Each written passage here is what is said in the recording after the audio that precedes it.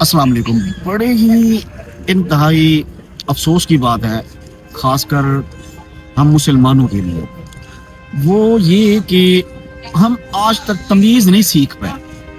हम अपनी जो मुक़द्दस मकामात हैं, वहाँ पर जाने का सलीका तक नहीं सीख पाए कि वहाँ पर जाके हमने किस तरह से पेश आना है या वहाँ पर किस तरह से रहना है, वहाँ पर उठना कैसा। यानी ये मुक़द्दस मकामात इस हद तक हमारे लिए मुक़द्दस हैं कि लोग वहाँ पर आके मुँह से लफ़्ज़ बोलने से भी डरते हैं कि कहीं हमारा कोई गलत लफ़्ज़ ना निकल जाए। और आज एक ऐसा इंसिडेंट पेश आया है, मेरे भाई हैं, कज़न भाई हैं, जो मेरे इस वक़्त कैमरामैन बैठे हैं, इसके सगे भाई हैं। वो गए जी रात उम्रा के ऊपर, रात गए। जब वहाँ पर पहुँचे हैं उम्रा के ऊपर, उम्रा किया, तवाफ़ किया। इवन उसका लास्ट जो 7वां जो तवाफ़ होता है, चक्कर होता है, वो था। तो उसने सोचा कि मैं क्यों ना हजर अस्वद को बोसा दे लूँ, क्योंकि हर इंसान की जो चाहत होती है, जो लगन होती है, जो मोहब्बत होती है, उसकी यही होती है कि मैं हजर अस्वद को बोसा दे पाऊँ। काश किसी तरह मेरा बोसा हो जाए, क्योंकि बहुत ही मुबारक पत्थर है।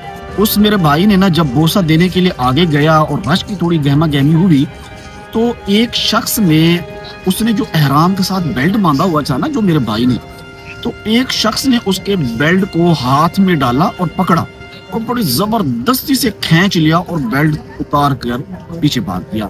अच्छा, ये मेरा भाई बोलता है कि उसने जब उसके बेल्ट जब वो खींच के जा रहा था ना, तो इसने उसका हाथ भी पकड़ा। देखिए, हमारे लिए शर्म का मकाम है यार, मुसलमानों के लिए, जो इस तरह के काम यहाँ पर आके करती है। कोई भी हो, मैं नहीं जानता कि वो शख्स कौन था, किस तरह का था, क्या था, लेकिन शर्म का मकाम तो है ना। जब लोग इस तरह के काम, वो भी हरमैन शरीफैन में आके करेंगे, तो क्या बचेगा हमारे लिए? हमारी आखिरत का क्या बनेगा?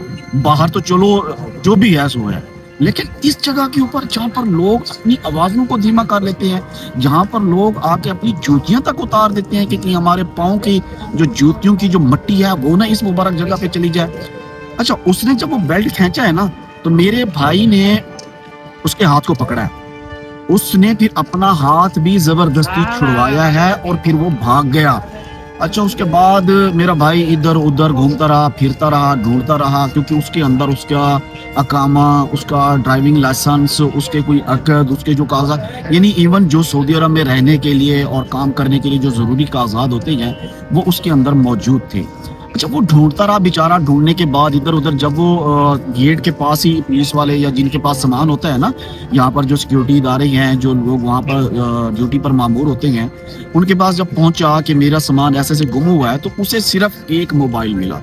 बाकी वॉलेट नहीं है, इकामा नहीं है, जो ज़रूरी दस्तावेजात हैं वो भी नहीं है, सिर्फ एक मोबाइल मिला। बाकी वो ले गया, उसके अंदर पैसे भी थे, कोई 5 से 6 हज़ार रियाल थे, वो भी बंदा ले गया, इकामा भी ले गया। अब मोबाइल क्यों छोड़ गया, ये सोचने वाली बात है। मोबाइल क्यों छोड़ गया?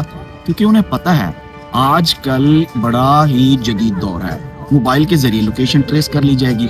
मोबाइल वो लेके नहीं जा सकता था। अल्लाह ऐसे लोगों को हिदायत दे, और हम क्या कह सकते हैं? ना हम किसी के लिए बद्दुआ कर सकते हैं, ना हम किसी को समझा सकते हैं। बस ये है कि मैंने कहा आप हज़रात से शेयर करूं कि ऐसे लोग भी इस वक्त मौजूद हैं जो इन मुकद्दस मकामात के ऊपर आकर इस तरह के करतूत सर अंजाम देते हैं।